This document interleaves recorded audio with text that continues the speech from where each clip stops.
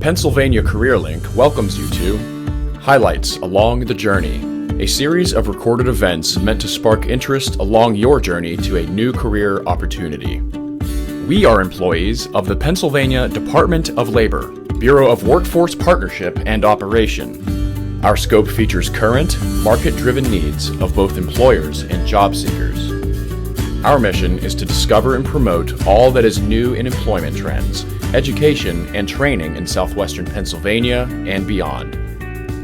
We're starting the conversation, and we sincerely welcome you to explore these highlights along the journey.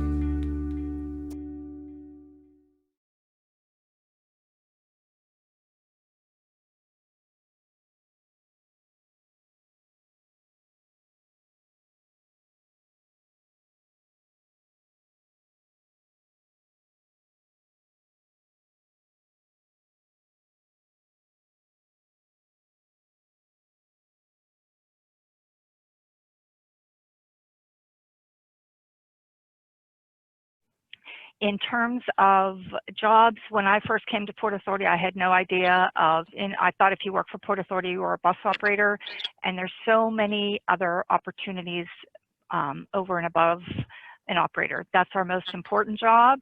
That's why the rest of us are here, but there's a lot to keep that service running. So in terms of maintenance, we currently have a number of open positions. We have mechanic positions for bus.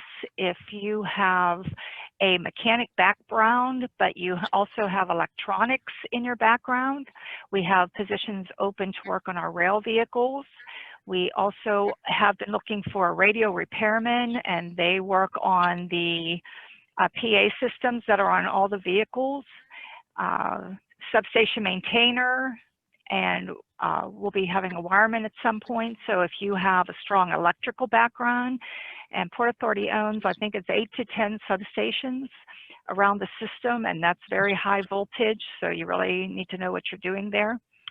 We also have a number of non-represented positions, and let me talk about the union. Port Authority has employees represented by 3 separate unions under 5 contracts. So we have Amalgamated Transit Union, we have IBEW, and we have the Port Authority Police Union. And that's another, by the way, we have a police division that has about 50 employees. So we have a little bit of everything. We have safety and security, we have the operations, the maintenance, which are where the majority of our current openings are. And I'm rambling, I'm trying to focus here, so it's hard to stare at the screen. So let me tell you about, we have 9 locations across the county. Our headquarters is in the Heinz 57 building, and that's the only location we don't own. We have 5 operating locations. We have 4 bus garages, Ross, Collier, East Liberty, and West Mifflin. The 5th operating location is South Hills Village Rail Center. We have 2 major maintenance facilities, one on the north side in the Manchester neighborhood, and that's known as the main shop, and it's all about buses, and they rebuild engines, rebuild transmissions, they will paint an entire bus. If a bus is in an accident, that's where it goes to be evaluated and restored. We overhaul vehicles. The 2nd major maintenance location is known as South Hills Junction. It's at the base of Mount Washington, right outside the Liberty Tunnels, and that is used for, they maintain the infrastructure for Port Authority. So they maintain the subways, the busways, all the vehicles and the locations. And then the last location is known as Pitt Tower, and that's where our safety and security, so like our police officers and safety division work out of Pitt Tower, which is located on the East Busway. Does anybody have any questions about overall Port Authority stuff? I know you want to know about jobs. Okay, so we are always hiring operators, and as Lori indicated, you have to start that journey by applying through CareerLinks. When you apply through CareerLinks, we'll contact you to schedule you for testing. If you're successful in the testing, we will send you an application for employment. We do some background checks when we get that. We interview, and we finish the background checks, and you become what's known as, you're placed in what's known as our pool. When we hire operators, unlike many of our other jobs, we only hire in classes. So we hire anywhere from 10 to 50 operators in a class. Currently, under COVID, we can only hire between 10 and 24 because that's the most we can have in a room with a proctor. We, when we contact you for a class, you do not have to have a CDL. We will train you, and we have third-party testers for CDLs. So some people think that you have to have that CDL to apply to be an operator. You do not. You have to have a good driving record and a fairly good criminal record, but you do not need a CDL. We take care of that. Okay, but can I ask you a question, Robyn? Absolutely. Okay, this is Liz speaking. What about the permit? If you have your permit at one time, but now it expired, I have to regain that again, right? Correct. And they'll tell you, I'm sorry? Excuse me, do I do that on my own, or do I do that if I'm hired through Port Authority at that time? You would have to get the permit on your own, but don't get it until you're called for a class. And they'll call you about 4 or 5 weeks ahead of time. So you want to study and be prepared to go get it, but don't get it till they extend you an offer to be a part of a class. Yeah, because I was going to get it anyway just to have in my possessions. Well, like our next class won't be till January. So they would start contacting people probably early December for that class. So, you know, if you got it right now, it might expire, and then you're just really wasting money. I understand. So, yeah. Okay, so that's how the operator classes run. The maintenance, we're very fortunate that we get a lot of people who send in resumes for maintenance. So generally, we're able to fill those positions. Sometimes, like the ones I've mentioned, they're a little harder for us to fill. So it might be, you know, we think we're good on HVAC, but we were looking for a while for some HVAC. But the radio repairman is one we're having some challenges filling. And then the tech jobs are, because you need to have that mechanic background, but you also need to have the electronics, electrical experience and knowledge also. So those ones are a little harder, so I try to mention those ones whenever we're doing these presentations.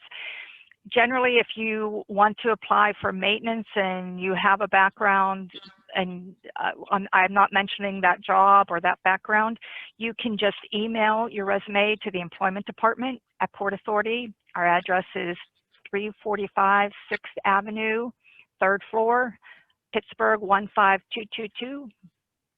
And we keep those resumes on file for a year. And if we have openings that we can fill from the outside for those positions, then we do go to those resumes and start contacting people. So that's operator position, maintenance position, and then there's kind of everybody else. So kind of everybody else is the non-rep positions.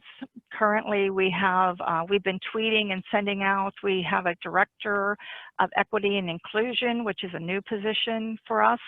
And that person will be working within the HR division with my team, which is employment and development, and the employee relations groups, and working to do things that we can do better internally to improve our equity and inclusion.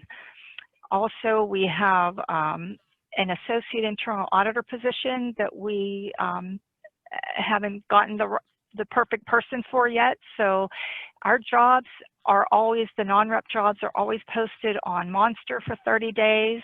They're posted on Indeed many times longer than that.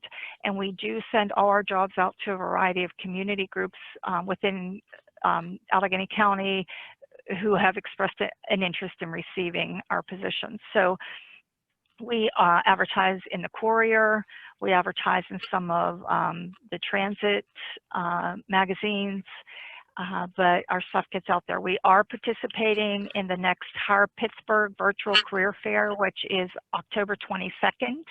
And Also at those ones, they can also put you into a chat room where you can ask questions one-on-one, and you chat your question to us and we'll chat you back what we can share.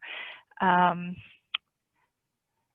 I think that's all I have to share. So does anybody else have other questions? Joab, I see you out there, if you're still out there with us, and I know you, I know I've communicated with you before, and maybe that was at a career fair, but I think you have an IT background, is that correct? Yes, in a military background. Okay, and what did you do in the military? Communications and IT. Communications and IT. I wonder if you would want to send a resume to maintenance for that radio repair, because if you have that communications background, that might be of value in that position. Yeah. Okay. And you can also, people sometimes want to send the resumes directly to me, and I have no problem with that. And my email address is rtaylor@portauthority.org. Okay. Real easy, real simple. So does anybody else? Elizabeth, did you have any other questions? Joe, Yes, do you have questions? Yes, I'm definitely interested in the operator position. Operator? Okay, Yes. then your first step is filling out the position that's posted on CareerLink. That's where it begins. Okay, so I guess I go with Laura to finish that off. Yeah, and then once you submit it, we retrieve that from their website, and then we call in the order that we receive the resumes. And we will be doing operator testing this month and also next month. And, we're trying to get people through this process because we know come January, we're going to be hitting it hard in terms of hiring operators. And the last 3 months, we've had 3 operator classes. The last 6 months, we've had 3 operator classes. We are going to be hiring operators. January is usually a high retirement month for us, so we are going to have slots to fill. Robyn, Okay, wow. I have pulled up the CareerLink page for those who are interested and those who will get the recording as far as applying for the operator position. You must go to www.pacareerlink.pa.gov, and that is your CareerLink account. So once you get in there, I'm going to give you a job order number, and if you go in the search field, if you put in this number, it will take you to the position for bus driver operator. It's 14, and I'll put it in the chat as well. It's 1400-8806. Can you please repeat that again? I had to get a pen and piece of paper. Could you? That's okay. That's fine. It's the website. 1400-8806, and I'll type it in the chat too. Okay, what's the web address? It's www. Yes. .PACareerLink. A career. Okay. CareerLink is one. PA CareerLink is all one. .pa.gov. Okay, thank you. You're welcome, and I'll type that in there too. So you said 1400-8806. Yes. Thank you. Sorry, I gotta get my caps lock on. Robyn, I have a question. Okay. How are they handling social distancing on the buses in regards to the operators? The operators are supposed to be wearing masks. Our riders, unless they have a medical issue, are to be wearing masks. And we're limited on the number of riders per bus. So currently, I think a 35-foot bus, you can have 10 people on. A 40-foot bus, 35-foot bus is 10 people, 40-foot bus is 15 people, a 60-foot is a little bit more than that, the rail cars are a little bit more than that. So each one, and they tweet that out periodically, and I'm sorry, I don't know the exact numbers, but our operators are limited to the number of people they're supposed to pick up.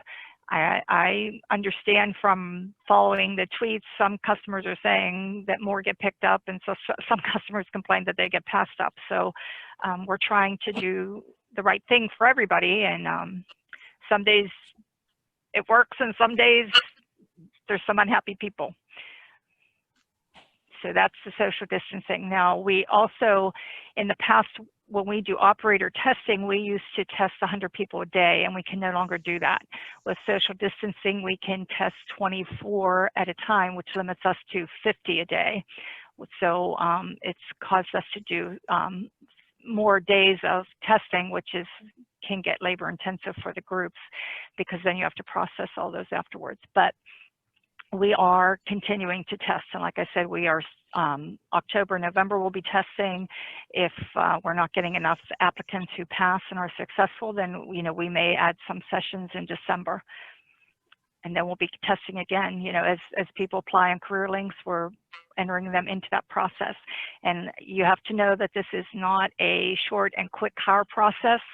It takes a while, and then when you go in the pool, sometimes you might be there for a while before you get called for a class.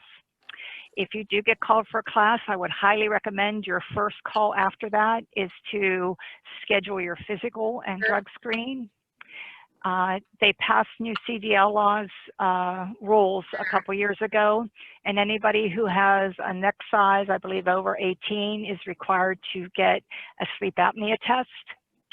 And we do not pay for that. We do not cover that. And we find that a lot of people cannot make the class until they complete that and are using a CPAC and has been verified. I mean, you're talking, you have to get the tests, and then if you are diagnosed with it, you have to get the CPAC, you have to use it for 90 days, you have to go back to your doctor, you have to be cleared.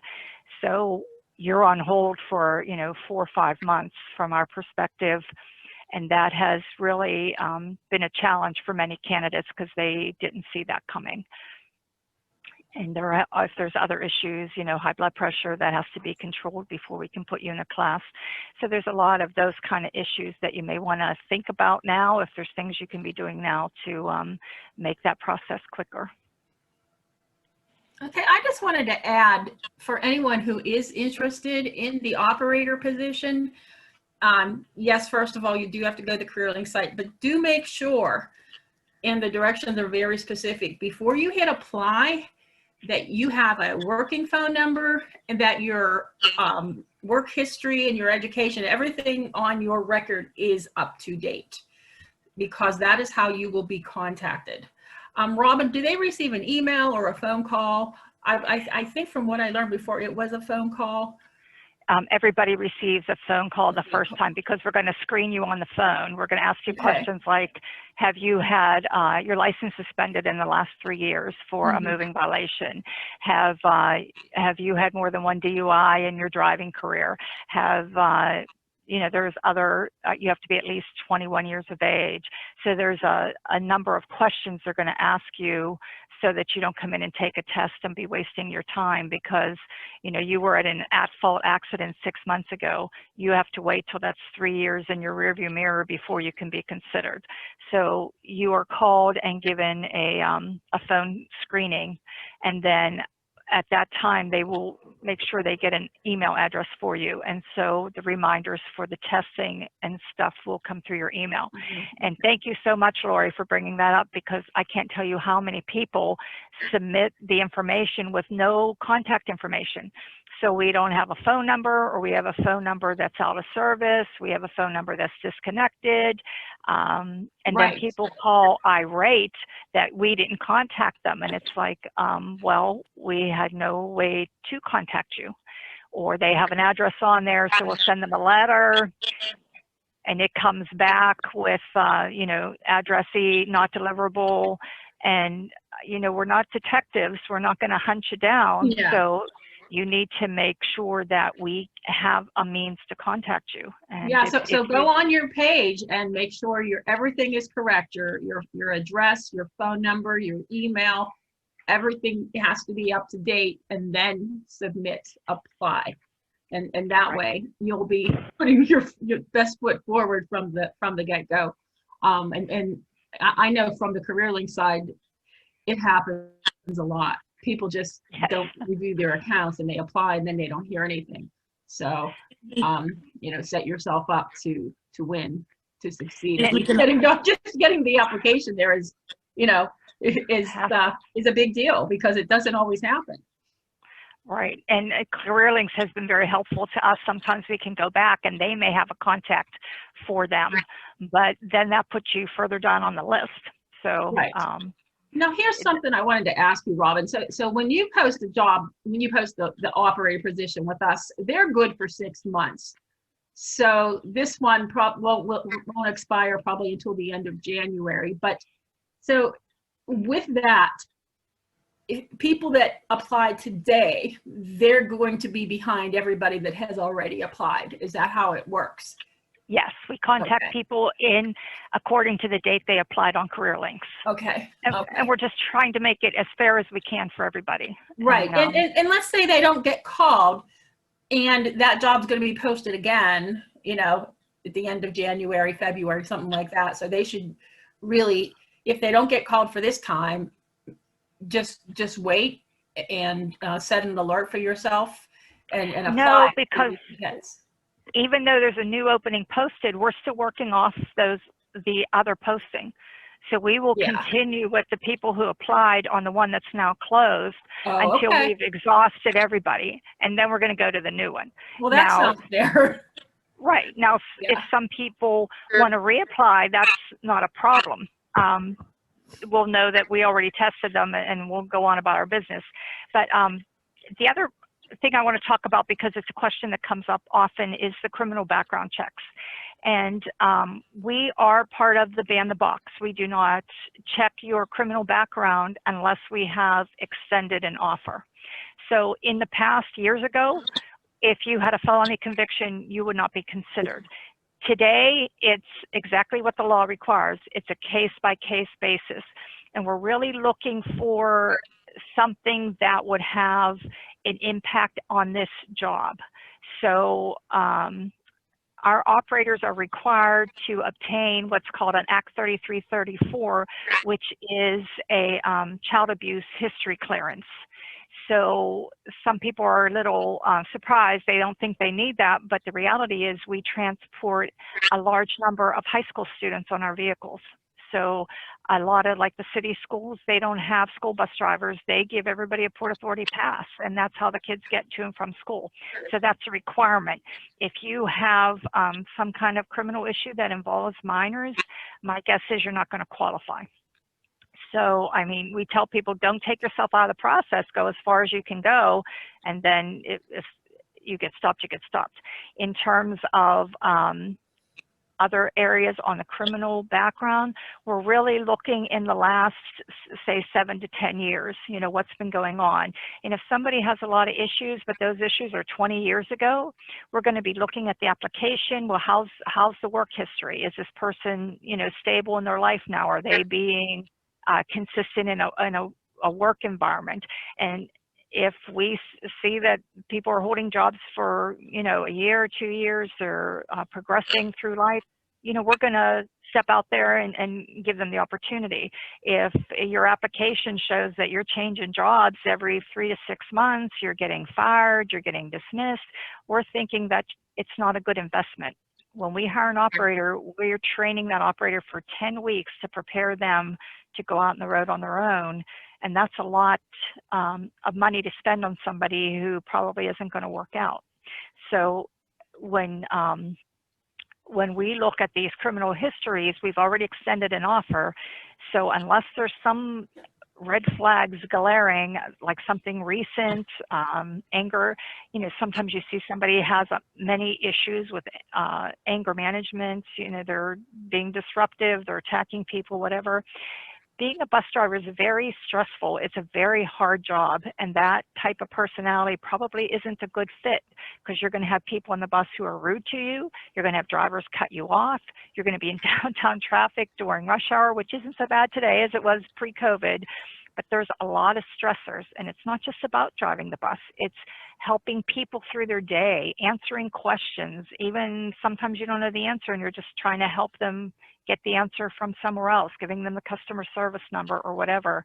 But it's a very stressful job, and everybody's, well, I can drive a bus. Well, it isn't just about the bus. Or I like people. Well, it isn't just about liking people. Can you navigate a bus in rush hour traffic through downtown Pittsburgh with a bus full of people, many of which who are tired, maybe a little irritable, maybe just acting out? And can you do that day after day after day? It's a lot.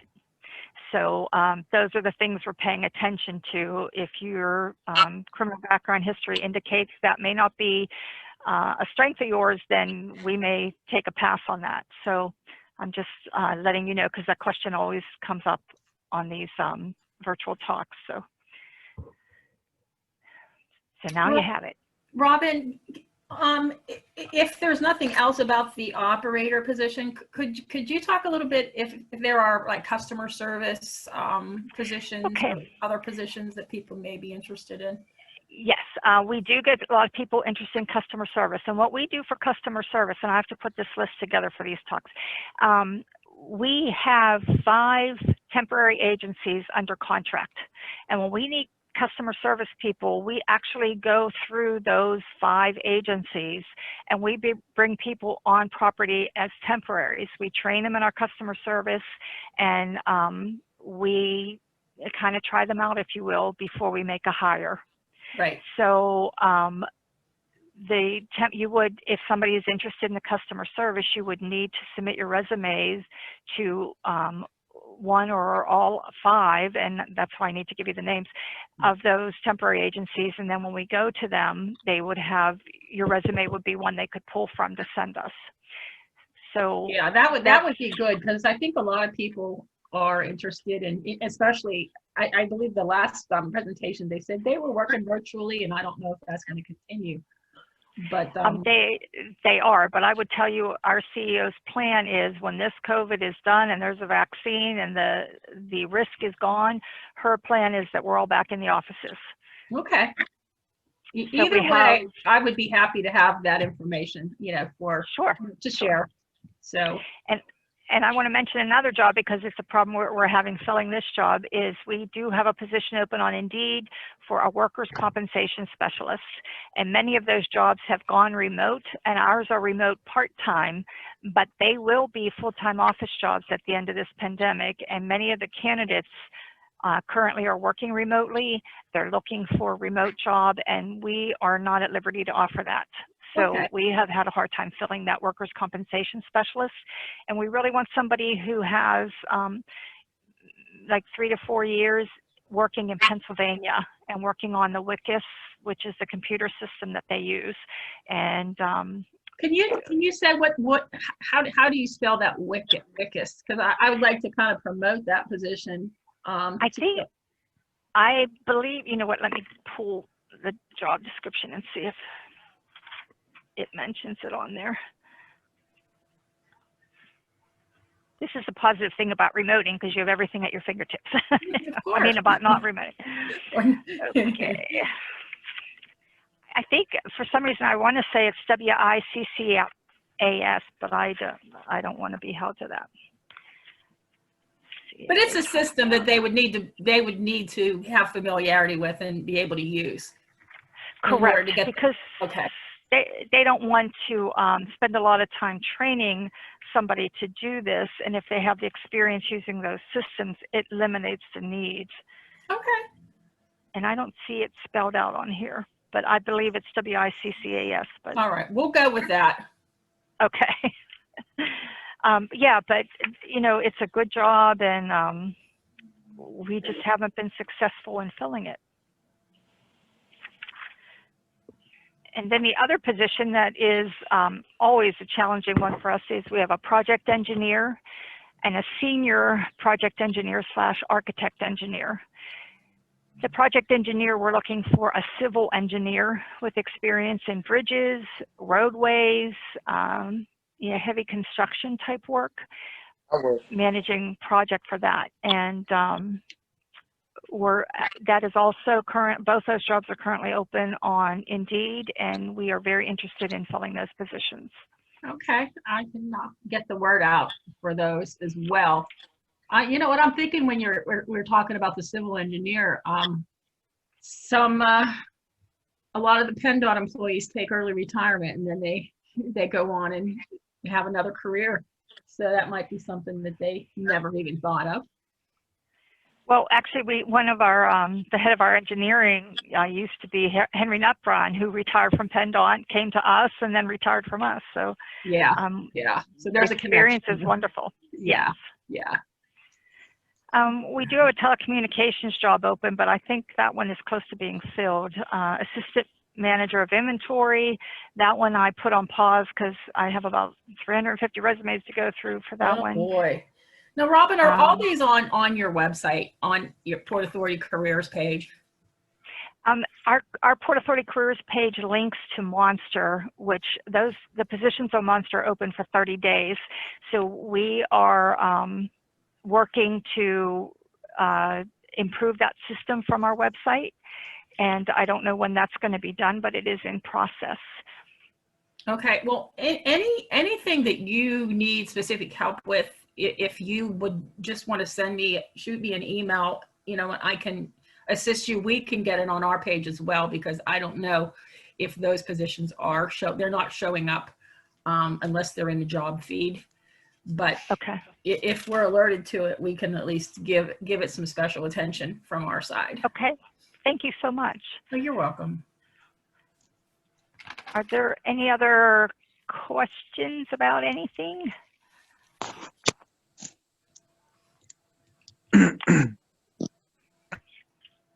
Everybody's pretty quiet today. I know. It's okay. Excuse me. Yes.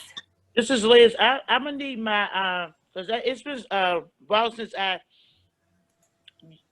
contacted CareerLink, but I'm gonna need my information for my login Okay. to apply for the operator position. I think Tim can help you. Can't you, Tim? Okay, so I will have to call down there. You want to call our main number, 412-552-7100. Okay. I'll type it in here too. Okay, thanks, Tim. You're welcome. Yeah, you'll probably just need to, whoops, am I on mute? You probably just need to reset your password. So it shouldn't be a big deal once you get the information you need. But just make sure to update everything. All right. Thanks. Okay, well, anybody else have anything for Robyn? You're being very quiet, Jill. You okay over there? I'm fine. You know, I do have one question. Okay. Back to the testing, is it multiple choice, and do you have a study book that people can study for the test? It is a 3-hour test session, and it is multiple choice, but one is a reading test, and then there's one that is a people skills test, and one that is a driving test. And those ones, you watch a video clip, and then you pick a selection. So we work with a company called Ergometrics. These are validated tests that are used by many transit properties and have improved the quality of our candidates going forward. There was a preparatory test developed, and it seemed to create more problems than it solved. So we no longer, the company was actually promoting it, and people had questions, they had problems, and we were very clear, this is not Port Authority, this is ergometrics, and I think ergometrics pulled it because it caused too many problems. But it's really, we tell people they're really common sense tests. So in terms of reading, you have to have a certain level of literacy to be able to read all the materials that you have to read as an operator. And the other, the people sense is basically your people skills and your driving skills. So a lot of that is stuff you kind of either know innately or you've learned over the years, and it really isn't something that you could study for per se. And in regards to the driving test, sometimes I see buses where they say, it says they're trainees. Is Yes. that part of the 10 weeks? program? Yes. Yes. So for the 10 weeks of training, it starts out with we call them student operators. The student operators who do not have a CDL, day 3 of the training, they're behind the wheel of the bus. Everybody's behind the wheel of the bus. Oh, So wow. if you have a CDL, you are learning how to drive our vehicles. If you don't have a CDL, you're learning how to drive our vehicles while you're preparing to be tested for the CDL. So when you see a training bus, it's the folks who are being trained to operate our vehicles. Also in the training, they're trained in customer service skills. They're trained in understanding our route structure and how at each garage they would be trained on the series of routes they were assigned to.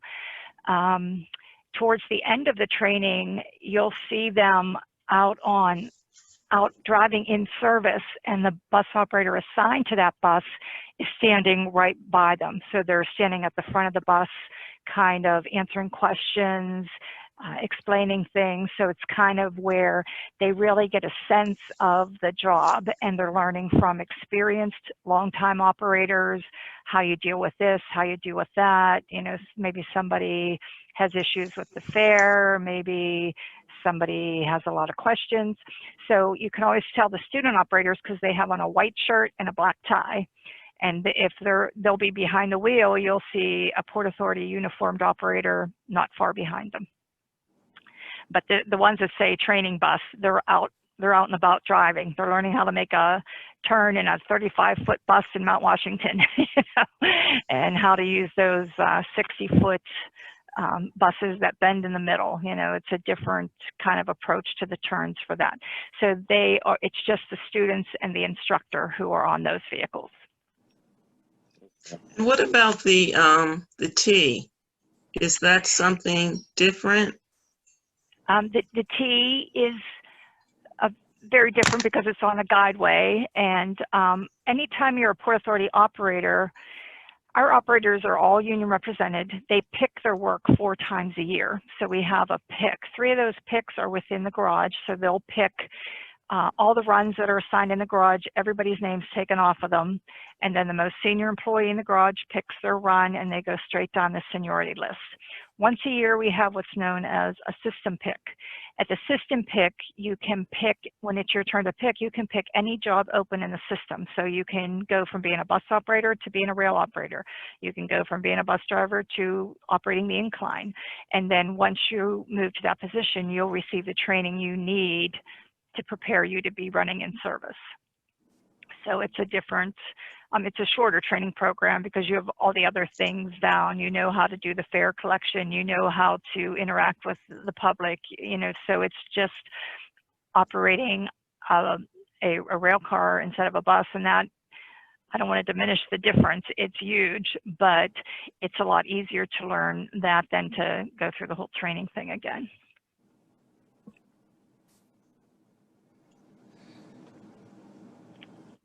Anything else about the training? I can't think of anything else about the training. Okay, well, you have my number. Just give us a call. Yeah, you had, I think it was in the last session, there were certain red flags that you determined, as far as a driving record, Right. as far as suspensions and things like that. So, from the get-go, what are the requirements as far as the driving record and becoming an operator? You have to have had a valid driver's license for at least 3 years. You have to be able to see 3 years of driving history. You have to have a PA driver's license. We've gone in battles for many years. There's a couple people who live in Ohio and want to drive a Port Authority, which if they want to move to Pennsylvania and get a driver's license, that's great. You don't need to live in the county, but you have to have a PA driver's license. And because we get downloads from PennDOT. So if one of our operators has their license suspended, or if there's an issue that would impact their ability to be operating service in terms of safety, we need to be aware and to address that. So you do have to have a PA driver's license. You cannot have had a DUI within the last 3 years, or had 2 or more DUIs in your entire driving record, and that impacts your ability to get a CDL, and that's why we discourage that. You cannot have an at-fault accident within the last 3 years, and in terms of an at-fault accident, it has to be something that police were called. It will show up in your driving record. Sometimes people are involved in accidents, they were not at fault. Then we need to see the police report. We need sometimes a letter from your insurance company expressing that you were not at fault and that they didn't have to pay out for that. You cannot have your license suspended, canceled, or revoked for a moving violation within 3 years, or a conviction for leaving the scene of an accident involving bodily injury or death. You cannot have 3 or more license suspensions for moving violations within the last 10 years. And I'm stressing the moving violations because we see many suspensions for not paying child support or not responding to a ticket. We can't consider those. They have to be moving violations. You can't have 2 or more moving violations within the last 3 years. So if you're running stop signs, running lights, that's an issue because that's not safe. You cannot have 4 or more points on your current motor vehicle record. So if you have 3 points, we're going to give you a chance. If you have 6 points, come see us when they're gone. So a lot of times people don't meet the qualifications. So you have to, if you had an at-fault accident a year ago, you have to wait 2 more years till that's 3 years behind you. Then you can apply and be considered again.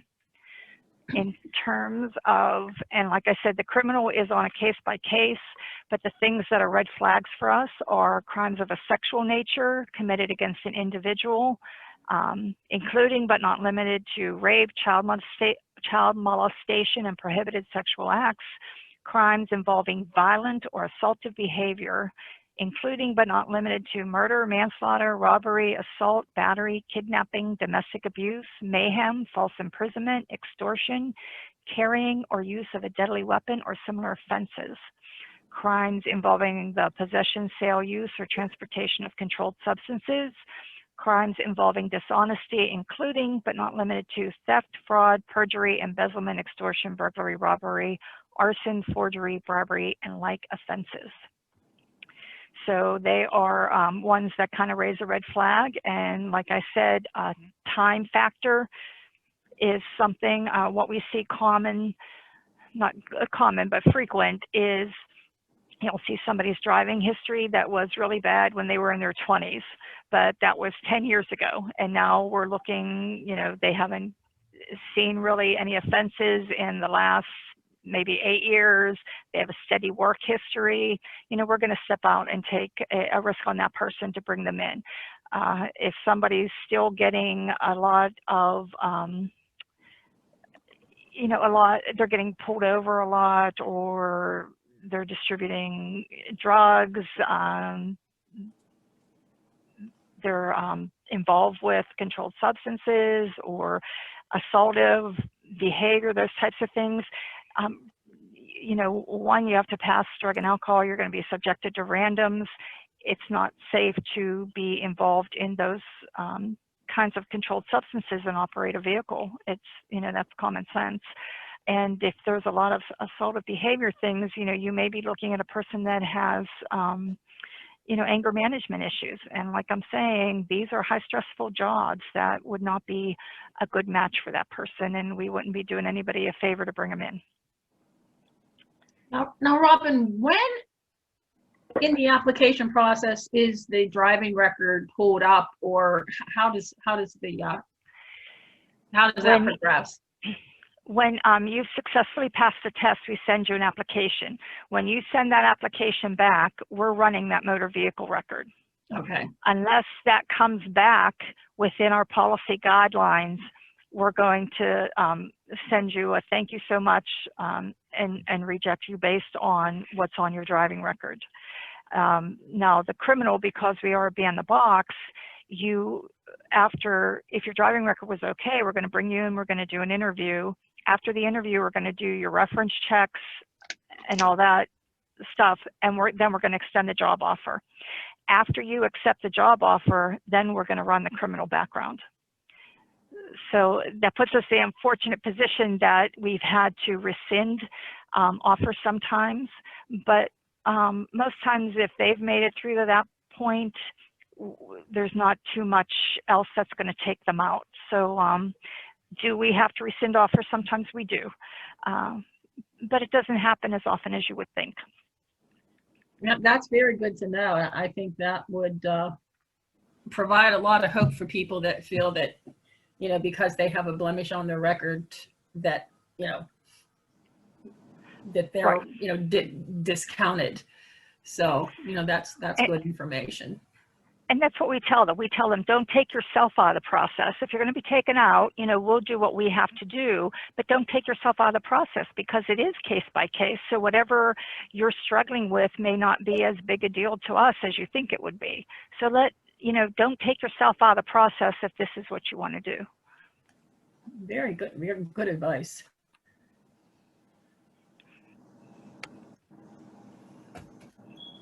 Okay, well, if no one has any other questions, last call for questions for Robyn.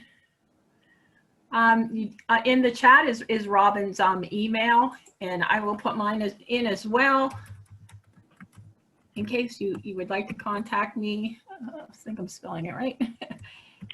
And with any, yeah, I know, I shouldn't do that. It's probably the most misspelled word for me. You can contact me, and Robyn, I'd appreciate those temp agencies. And I have a feeling maybe they're posting with us on our site, and we just don't know, because sometimes they don't reveal, they're not going to reveal the company. But right. But for people who are interested, it would be a good information to know. Yes. So. Yeah, so thanks everyone who joined in, and I appreciate it, Robyn. I appreciate you spending the hour with us. And my pleasure. We will, get the word out, and hopefully you'll get a lot of good hires.